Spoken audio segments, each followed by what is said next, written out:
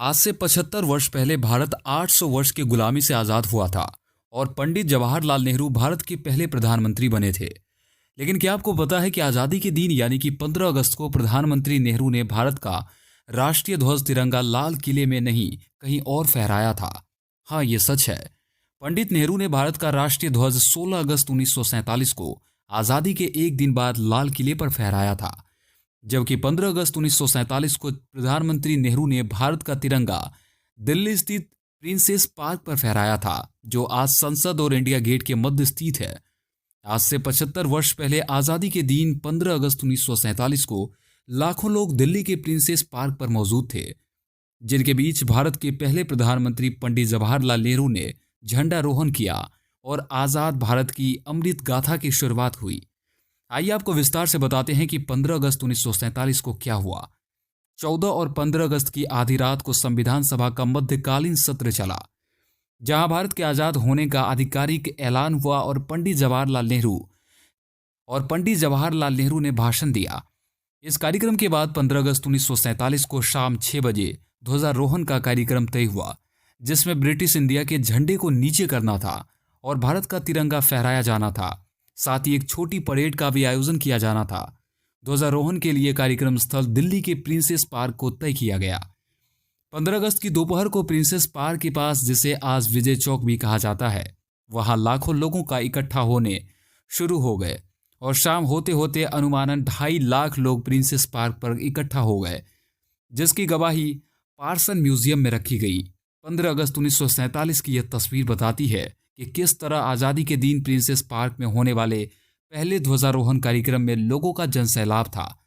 Princess park पर होने वाले ध्वजारोहण कार्यक्रम से पहले पंडित नेहरू ने फैसला किया कि वो सिर्फ भारत का झंडा फहराएंगे और ब्रिटिश इंडिया के झंडे को नीचे नहीं करेंगे, क्योंकि पंडित नेहरू नहीं चाहते थे कि भारत की आज़ादी का उत्सव किसी अन्य देश का अपमान कर मनाया जाए। भारत के आखिरी वायसराय और तत्कालीन governor general Lord Mountbatten Bharat पर अंग्रेज सरकार को दी गई अपनी रिपोर्ट में इस घटना का वर्णन करते हुए लिखते हैं कि शाम 6 बजे सभी लोग प्रिंसेस पार्क पर कार्यक्रम के लिए इकट्ठा हुए थे। तब पंडित नेहरू ने उनसे कहा कि अगर ब्रिटिश इंडिया के झंडे को नीचा करने से ब्रिटिश लोगों की भावनाएं आहत होती है, तो ऐसा वो नहीं करेंगे और सिर्फ भारत का तिरंगा ही फहराएंगे। वादे के मुताबिक पंडित नेहरू ने आज़ादी के दिन प्रिंसेस पार्क पर भारत के झंडे को पहली बार फहराया और फिर एक छोटी सी परेड भी हुई, जिसमें पंडित नेहरू को सलामी दी गई। कार्यक्रम की भव्यता का उल्लेख करते हुए लॉर्ड माउंटबेटन लिखते हैं कि कुछ भारतीय अधिकारियों का मानना था कि उस दिन जब आज़ाद भारत में पहली बार प्रधानमंत्री नेहरू ने ध्वजारोहण किया, तब 6 लाख से ज़्यादा लोग मौजूद थे। हालांकि माउंटबेटन के मुताबिक उनके अनुमान से कार्यक्रम में उपस्थित लोगों की संख्या 2.5 लाख थी। आज़ादी के दिन जब प्रधानमंत्री नेहरू ने पहली बार प्रिंसेस पार्क पर ध्वजारोहण किया था, तब लोगों का सैलाब कुछ इस कदर था कि कार्यक्रम के मंच तक जाने में अतिथियों को मुश्किल हो रही थी। लॉर्ड माउंटबेटन की बेटी पोमेला माउंटबेटन की भारत के अनुभवों पर लिखी गई डायरी इंडिया रिमेंबर्ड में पोमेल ने लिखा कि जब 15 अगस्त 1947 को वो प्रिंसेस पार्क पहुंची, तब उन्हें सर पर पगड़ियां ही पगड़ियां दिख रही थी। मंच तक जाने तक का रास्ता नहीं था। फिर जैसे तैसे नेहरू उन्हें मंच तक लेकर आए और उसके बाद पहले भारत के तिरंगे को फहराया और फिर परेड हुई।